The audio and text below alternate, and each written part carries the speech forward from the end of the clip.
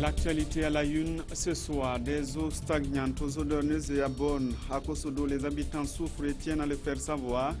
Plusieurs d'entre eux utilisent ces eaux pour des besoins de jardinage. Enquête au bord du canal dans cette édition. Et puis un an de vivage assorti d'une interdiction de cuisine, de douche ou de mener une activité commerciale. Le supplice c'est le supplice de la femme Gan après la perte du conjoint. La tradition pèse très lourd sur les épaules aujourd'hui encore. Nous vous plongeons au cœur de la condition de la femme au royaume Gan dans ce journal. Jour de vote au Bénin, où près de 5 millions d'électeurs sont appelés à choisir leur président. L'opération s'est déroulée dans le calme et les dépouillements ont commencé à 16h locales. Images et témoignages de nos envoyés spéciaux sur place. Bonsoir à tous et merci de suivre les 20h de la télévision de Burkina. Des odeurs nauséabondes troublent la quiétude des habitants de Kosodo et environ. La faute à la zone industrielle soutient les habitants qui ne savent à quel saint se vouer. Cette eau sert pourtant au jardinage pour certains. Une de nos équipes a fait le tour. Explication dans ce reportage de Nongbakouda Mounirakere. Voici la cause des odeurs qui troublent la quiétude des habitants des quartiers Kosodo, Wayalguin et Bendogo. Des eaux usées et nauséabondes qui coulent tout au long de ce canal. Désemparés, les riverains ne savent plus à quel saint se vouer. Vraiment, l'odeur, ça nous dérange. Si nous venons le matin même, et dans les bureaux là, on ne peut même pas s'arrêter. Il faut que nous ouvrions les fenêtres au moins 30 minutes pour que l'odeur sorte un peu. Ça sent comme quelque chose pourri comme ça, donc ça sent tellement qu'on n'arrive même pas à dormir. L'eau sale d'à côté nous dérange beaucoup. Même quand tu es chez toi, tu sens la puanteur. Si un étranger vient te rendre visite, il croit que quelqu'un a déféqué. Cette eau est source de maladies pour les gens. C'est dans ce canal que des dizaines de femmes produisent des légumes.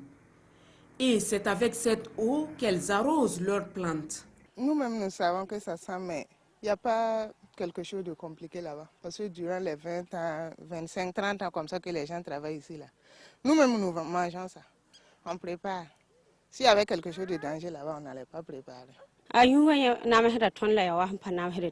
L'odeur nous fatigue, mais nous ne nous plaignons pas. Nous travaillons ici pour nourrir nos familles. Si la qualité de l'eau s'améliore, cela nous arrangerait dans notre travail. Souvent noirâtres, souvent blanchâtres, les riverains du canal ont du mal à situer le début de l'écoulement. Quant à sa source, elle se trouverait selon eux dans la zone industrielle de Kosodo. Nous pensons que c'est l'eau des usines de Kosodo qui se stagne ici. Si on arrange le canal, l'eau ne va plus stagner et il n'y aura plus de puanteur. Souvent même, ça sent l'alcool. Si cette eau fait 2 jours, elle va commencer à sentir. C'est ici que débute la partie visible de l'écoulement des eaux usées vers le canal. Nous avons cherché à trouver la source au-delà de ce caniveau, mais le reste des raccordements est enfui dans le sol. Il est donc difficile à partir de là d'identifier les usines qui sont à la base de l'écoulement des eaux usées vers le canal de Kosodo. En matière d'assainissement, l'exemple parfait se trouve à Dori. Là-bas, plusieurs infrastructures ont été réalisées, aussi bien collectives que familiales. À côté, il y a des associations qui travaillent au quotidien pour débarrasser la ville de ses ordures. Urbain, Benito Somé, Abdelaziz Yagibou. La quête permanente du statut et de l'image d'une ville moderne oblige la commune de Dori à multiplier les initiatives pour reléguer aux oubliettes l'image de ville jadis insalubre et constamment inondée en saison des pluies qui lui collait à la peau dans un passé récent. Les bras armés de cette mutation, ce sont plusieurs associations de nettoyage et de curage de caniveaux qui travaillent aux côtés de la mairie pour rendre la ville de Dori constamment coquette. Elle se lève à partir de 4 h du matin, elle nettoie conséquemment. Alors il y a une autre équipe de 4 femmes qui viennent aussi ramasser ces ordures déjà collectées et elles partent déverser dans les bacs. Le combat pour un cadre de vie sain et l'épanouissement des citoyens, la commune de Dori le mène sur plusieurs fronts. La dotation des ménages de latrines familiales a eu pour effet induit la réduction du taux de défécation à l'air libre. Des latrines diverses, dont celle de type VIP, réalisées avec l'accompagnement de la mairie et ses partenaires techniques et financiers. Les vieilles ont fait une demande, mais cette demande avait duré un peu longtemps. Un beau jour, les gens de la mairie sont venus, ils ont tracé, ils ont confectionné des briques et voilà comment ils ont eu à faire la latrine. Pour 2015, nous avons réalisé 373 ouvrages, tous types confondus, parce qu'il y a plusieurs types d'ouvrages. Et pour 2016, nous comptons réaliser 254 ouvrages, tous types confondus. La gestion des eaux usées est un autre combat de gagner pour la commune de Dori. Plusieurs fosses septiques ont été réalisées dans nombre de concessions. Ce décollage en matière d'accès à l'assainissement, Dori le doit en grande partie à la décentralisation sous le leadership de son défunt maire Ama Arba Diallo. Sous le défunt maire, nous avons réalisé plus de 570 latrines, chose qui a amené le taux de couverture à 64%. Avant lui, nous étions à un taux de couverture qui ne dépassait pas 3 à 4%. Grâce à l'engagement de Ama Arba Diallo, la ville de Dori dispose d'un schéma complet de gestion des déchets solides et liquides. De la collecte à la valorisation, en passant par le transport et le traitement, toute une chaîne fonctionne à merveille grâce à des acteurs spécialement formés et des équipements adaptés.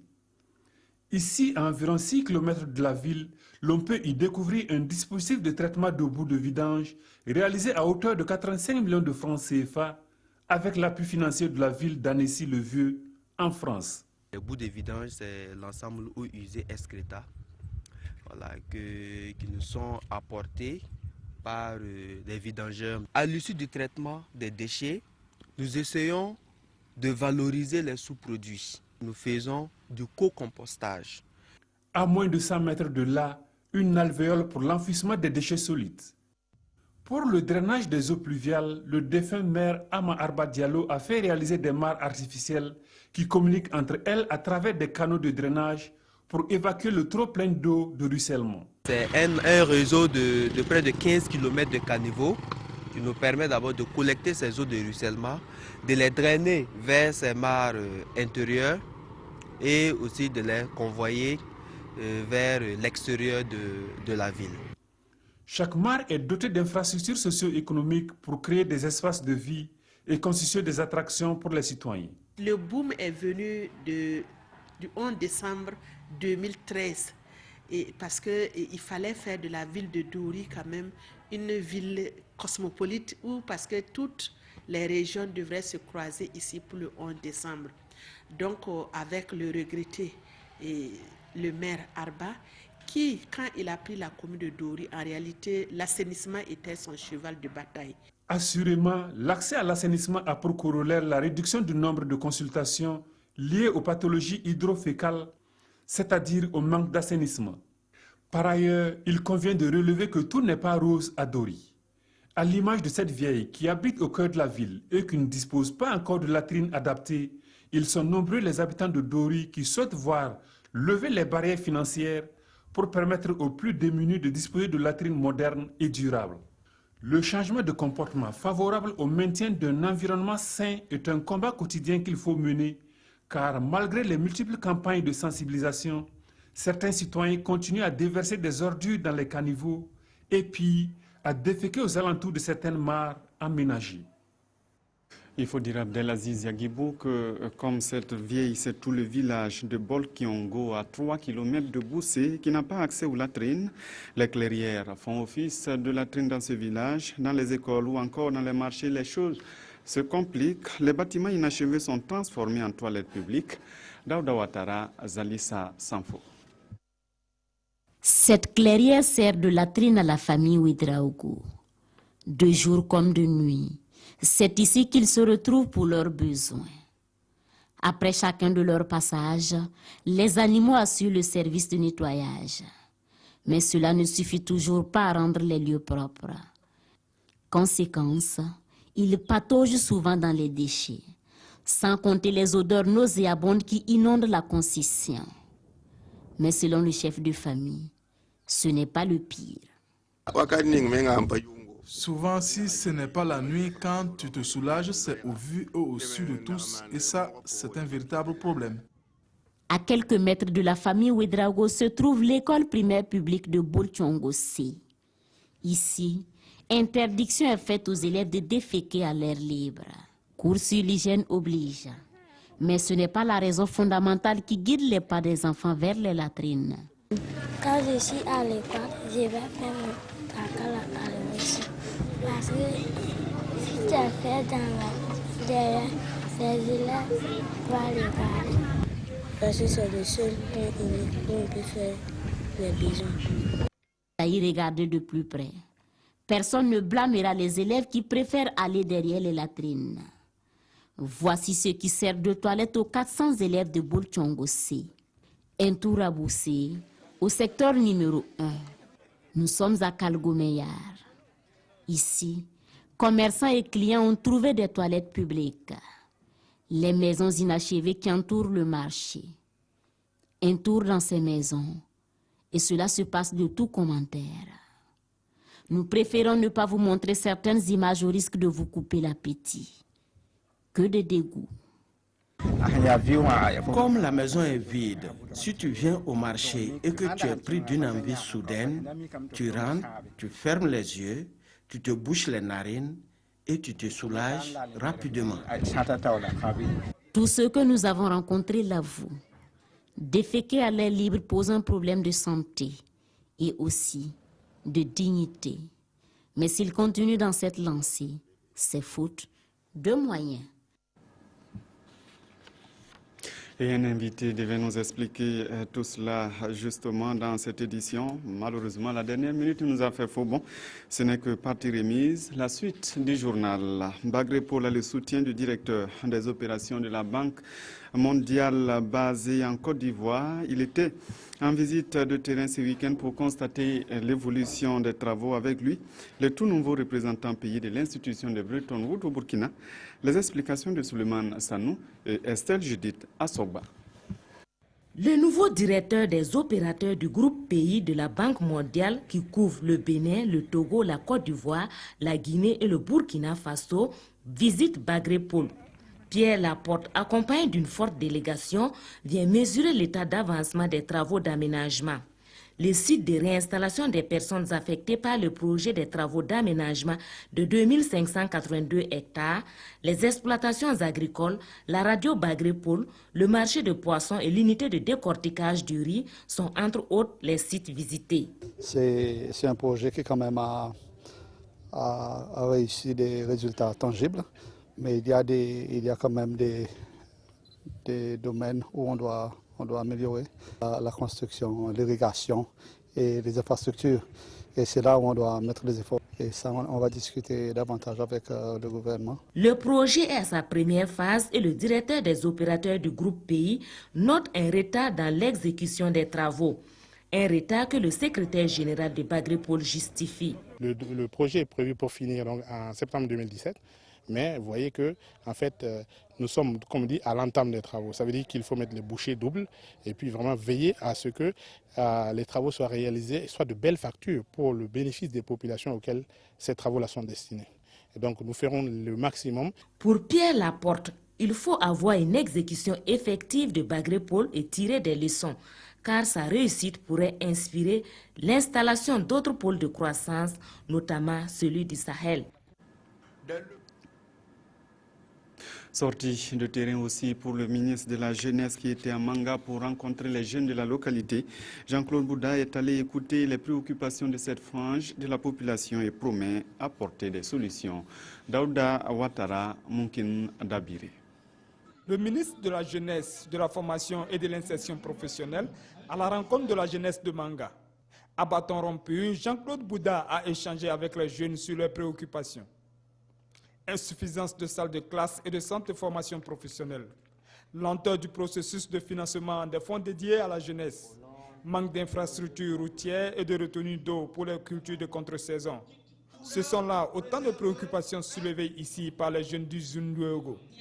Ces problèmes, l'ancien maire de Manga, devenu ministre, dit les connaître et compte trouver des solutions pour les résoudre. Je dois dire que la jeunesse burkinabé en général a payé un lourd tribut pour l'avènement de la renaissance démocratique dans notre pays à travers l'histoire récente. L'insurrection et la résistance au putsch. Donc les préoccupations de la jeunesse du Zunwero ne sont pas différentes des préoccupations de la jeunesse du Burkina Faso en général. Mais j'ai noté leurs doléances. Il y a des doléances qui vont au-delà de notre département ministériel. Nous allons ensemble les regarder et j'ai fait la promesse ferme de revenir pour rencontrer spécialement les jeunes pour que nous puissions échanger en profondeur. Pour parvenir au développement de la province, le ministre a appelé ses ressortissants à une synergie d'action en dépit de leur clivage politique. Et cette solidarité, Jean-Claude Bouda l'a témoigné aux personnes vulnérables de la province. On en vient à présent à la condition de la femme. La journée internationale de la femme, c'est dans 2 jours et direction au Buré, dans le sud-ouest, où le poids de la tradition reste encore vivace sur la femme Gan qui peut porter un an de deuil en cas de perte de son conjoint. Ce deuil a plusieurs interdits. Idrissa Warga, Amadou Lougui. Submergées par l'émotion, ces femmes pleurent 2 des leurs, arrachées à leur affection en janvier et en février 2016. Sur les Gans, la coutume veut que le mari rende l'âme dans la case de sa première épouse. Après sa mort, c'est dans la même case que les femmes reçoivent les salutations de deuil et un rituel qui dure 3 mois. Au pays Gan, vous savez que quand on vient à perdre quelqu'un, après l'inhumation, les pleurs continuent. C'est-à-dire que les femmes doivent pleurer à chaque matin, à 4 h du matin, tous les jours, sauf le samedi. Elles doivent rentrer dans la case mortuaire, elles vont chanter en pleurant durant 3 mois. Voici les veuves endeuillées, les membres noués de fibres teintées, le crâne rasé, le corps couvert d'un simple pagne. Akoudia, Siko et Ténin portent le deuil de leur défunt mari et respectent toutes à la lettre les prescriptions du veuvage. Lorsque tu perds ton mari, tu ne te laves pas. Tu ne manges pas avec les autres tant que les dernières funérailles ne sont pas célébrées. Les dernières funérailles qui doivent mettre un terme au veuvage sont prévues dans 3 mois. Mais en attendant, il est également interdit à ces veuves de boire dans les mêmes calebasses, de s'asseoir sur un même siège que les autres. Et elles ne sont pas autorisées à faire du commerce. En tout cas, si ton mari est décédé, tu ne vends plus. Mais c'est Dieu qui va te récompenser. Chez les Gans, le défunt est roi. Il mérite respect et considération. La femme en deuil est tenue à la chasteté et toute tentative d'infidélité peut entraîner la colère des ancêtres. Lorsque la femme est propre, elle suscite de la convoitise. Mais si elle est sale, aucun homme n'a besoin d'elle. C'est pourquoi nos ancêtres ont durci la pratique. Pendant le veuvage, la conjointe ne peut se remarier. Elle est obligée de demeurer fidèle au défunt. Et ce bâton qui ne la quitte jamais lui rappelle constamment l'image de son défunt mari. Partout où la veuve se déplace, elle ne doit jamais oublier ce bâton. Lorsqu'une femme décède, son mari observe le même rituel. Si sur la femme, la durée du veuvage peut atteindre 1 an, voire 3 ans, les conditions sont assez allégées pour le mari endeuillé.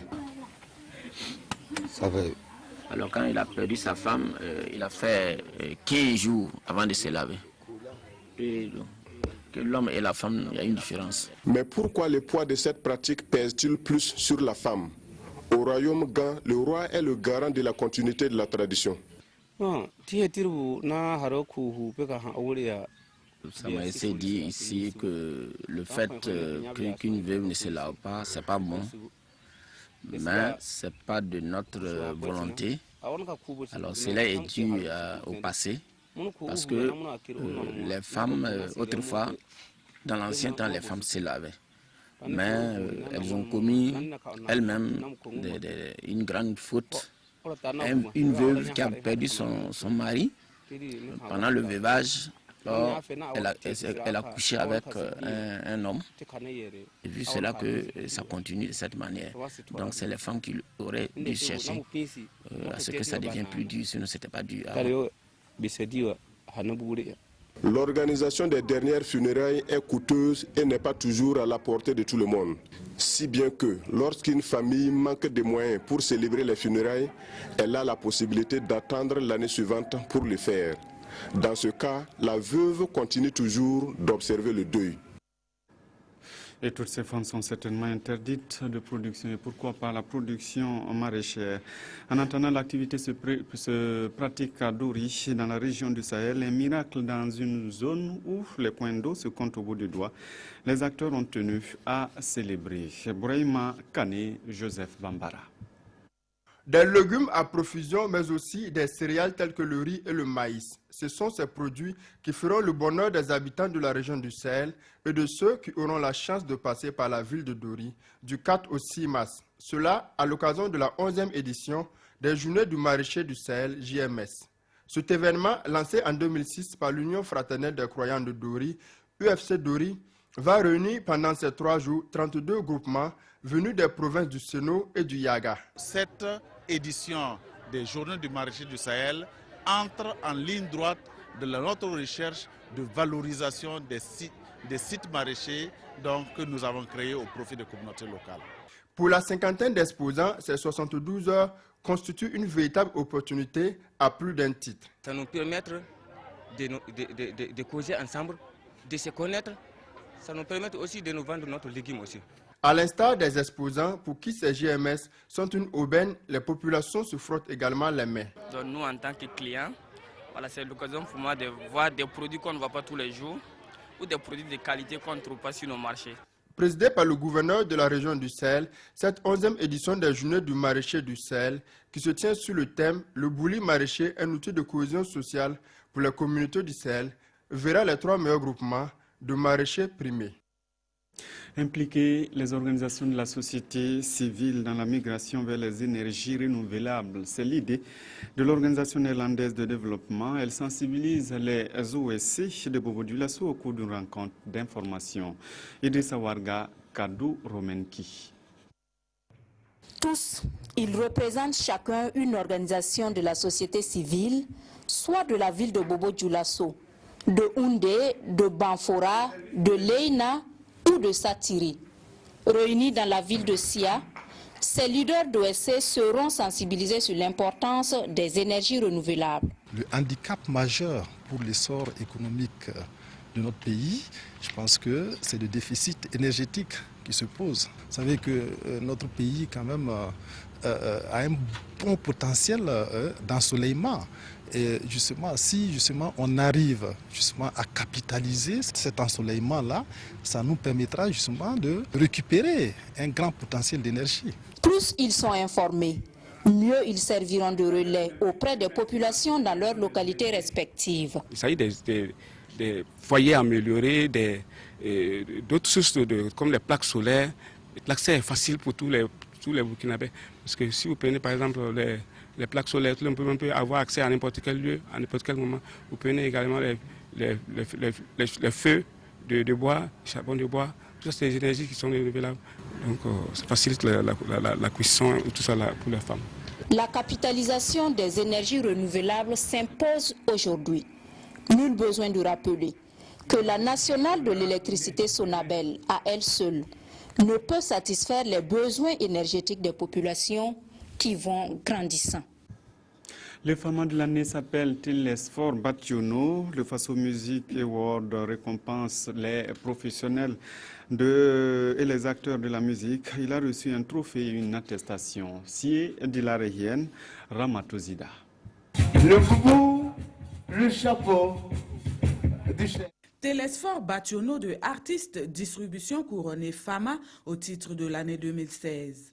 La désormais personnalité culturelle de l'année doit ce sacre suprême au fait de s'être illustré dans le paysage musical burkinabé à travers la promotion du concours Faites la musique. Il reçoit ici un trophée et une attestation de reconnaissance. C'est le fruit de récompense de 22 années dans le milieu. Pour ceux qui ne sont pas forcément visibles dans le domaine culturel, c'est la seule cérémonie, c'est une fierté, c'est bon pour moi déjà. À l'instar de Telesfor Bationo, les Faso Music Awards ont reconnu le mérite de 18 autres professionnels du monde de la musique, ceux à travers diverses catégories. Emilio le chanceux, meilleur tube de l'année, David le combattant, meilleur artiste, pour ne citer que cela. Pour le promoteur Youssef Ouedraogo, c'est l'aboutissement d'un travail acharné. Nous avons rêvé donc de cette 3e édition, une édition où il y aura moins d'insuffisance côté organisation. Et je crois que quand on observe le comportement des uns et des autres à la fin de cette soirée, on peut quand même se réjouir un tant soit peu de la réussite de cette 3e édition. Des prestations d'artistes et un défilé de mode ont constitué la substance de cette soirée de distinction des acteurs culturels. Des recommandations ont été faites par le jury des FAMA 2016 et Youssef Ouedraogo entend les prendre en compte afin d'améliorer davantage les éditions à venir.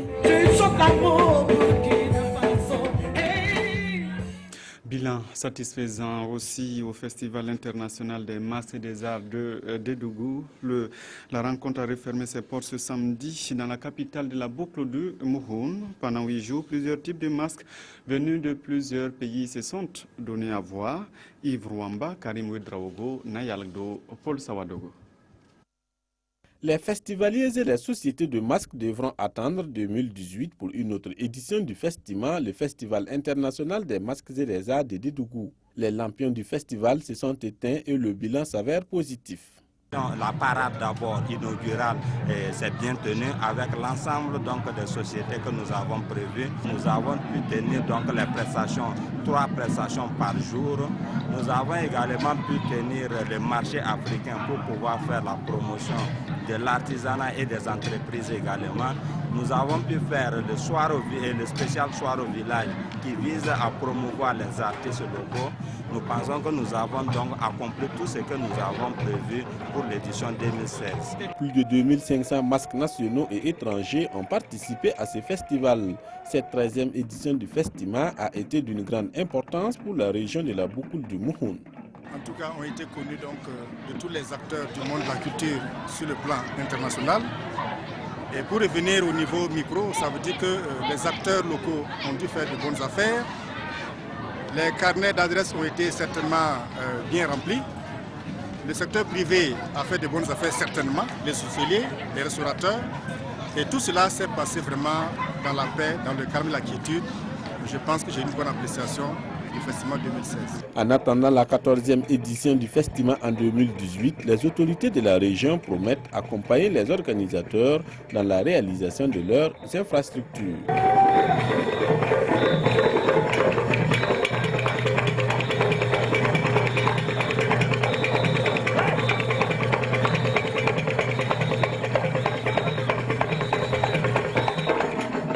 Et au même moment s'ouvre la 9e édition du marché africain des arts du spectacle. Les professionnels de la musique, de la danse, du théâtre et du conte sont réunis à Abidjan. Le Burkina y participe dans plusieurs disciplines. Aruna Mari. Les portes de la 2e édition du marché africain des arts du spectacle sont ouvertes. Une semaine durant, musiciens, danseurs, comédiens, humoristes et autres acteurs du domaine vont bénéficier d'un coup de projecteur. La présente édition porte la réflexion au cœur de la réinvention des arts de la scène en Afrique. Pour le Premier ministre ivoirien qui a présidé la cérémonie d'ouverture, l'avenir des cultures du monde se joue sur les scènes africaines. 2014, qui a marqué la reprise de cet important événement après plus de 7 ans d'introduction. Le Massa a bel et bien repris, n'est-ce pas? 37 pays ont répondu présents à cette 9e édition. Un rendez-vous culturel qui rassemble une soixantaine de groupes artistiques et plus de 400 artistes. Le Burkina est présent au Massa dans 4 disciplines, à savoir la musique, la danse, le théâtre et l'humour. C'est un sentiment de joie, de fierté, parce que le Massa renaît de ses cendres. Le Massa grandit. Et en cette édition, l'importance est capitale parce que recréer les arts de la scène, c'est un défi majeur et l'Afrique attend du Massa des innovations majeures et également des propositions pour permettre à l'Afrique culturelle, dans toute sa diversité, de grandir et de s'enrichir. C'est en 1990, lors de la 2e conférence des ministres de la culture et de la francophonie qui s'est tenue à Liège en Belgique, que le Massa a vu le jour. Jusqu'au 12 mars, Abidjan, Bouaké et d'autres villes ivoiriennes ont vibré au rythme du Massa.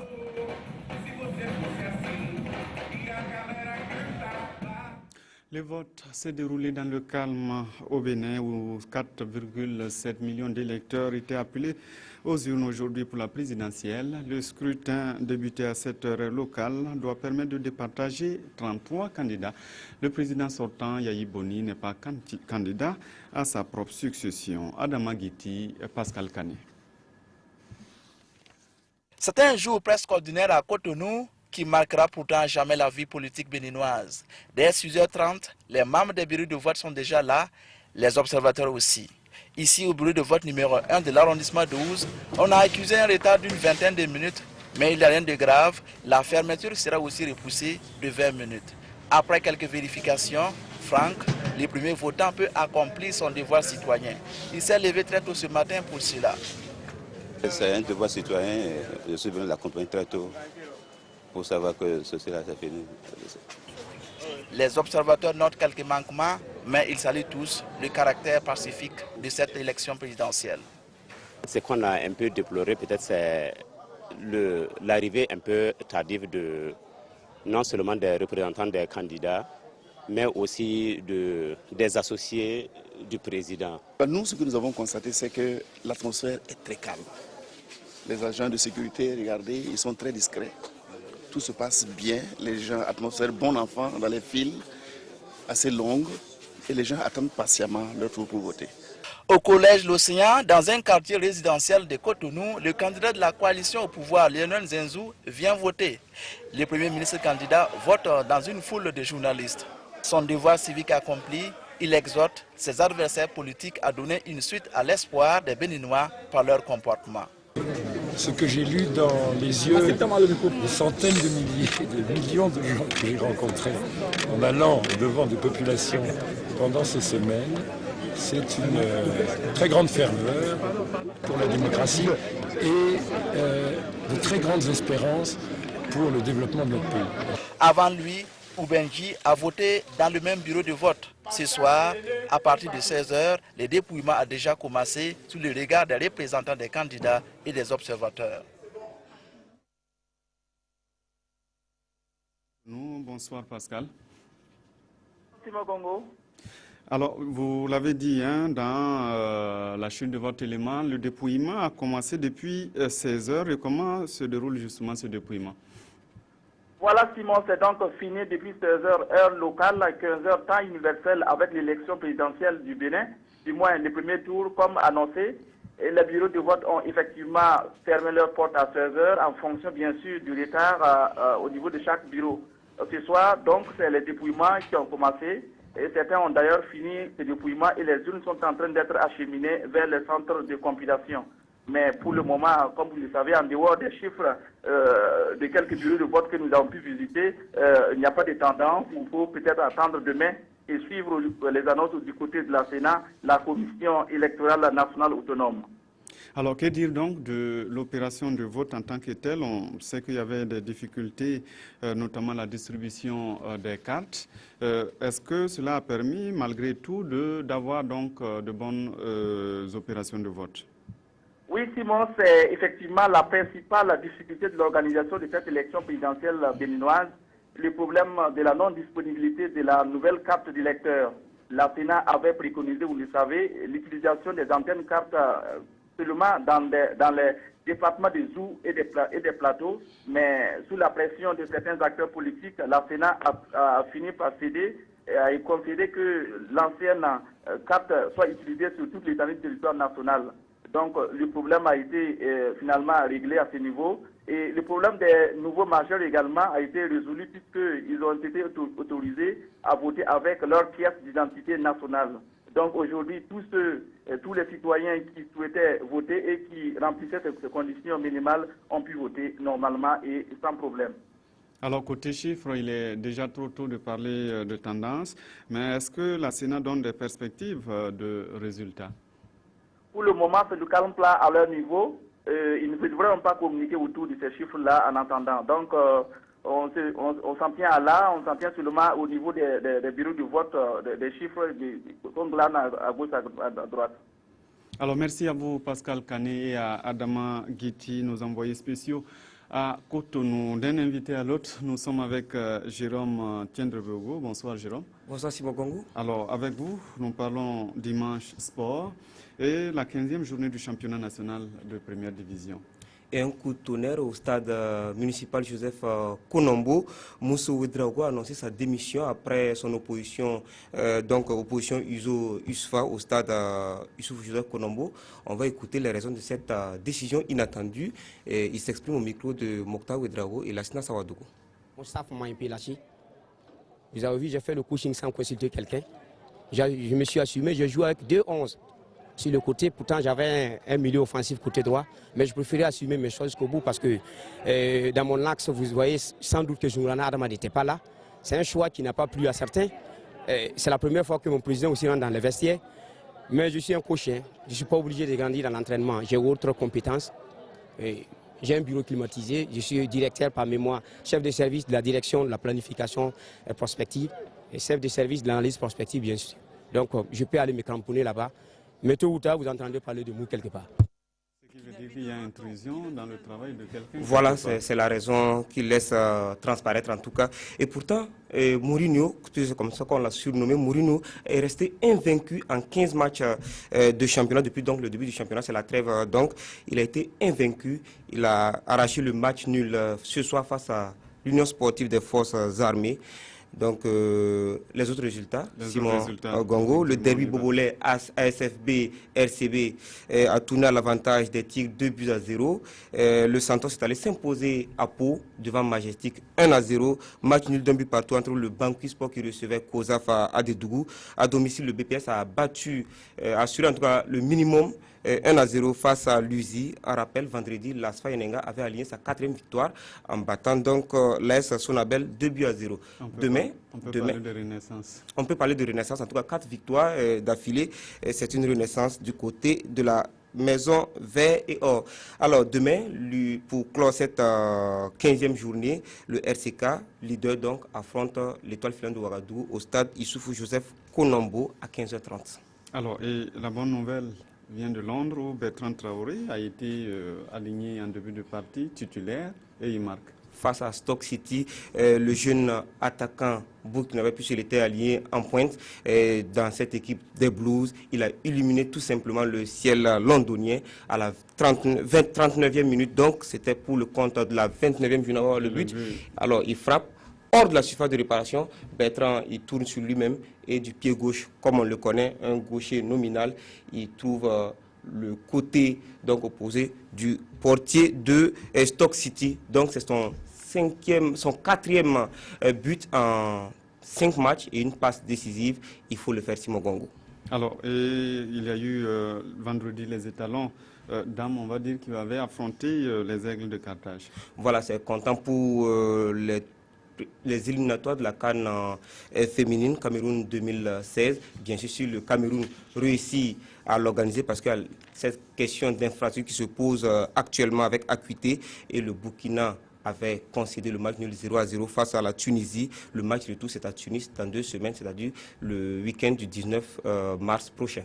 Alors, merci à vous, Jérôme Tiendrebogo, pour toutes ces informations sportives. On s'arrête là pour ce soir. Merci à vous tous qui nous avez suivis tout au long de cette semaine. Toute l'équipe technique se joint à moi pour vous souhaiter une bonne reprise de travail demain. Mais tout à l'heure, vous avez rendez-vous avec l'information sur la télévision du Burkina, 22h15, l'actualité synthèse avec Draman Dadia.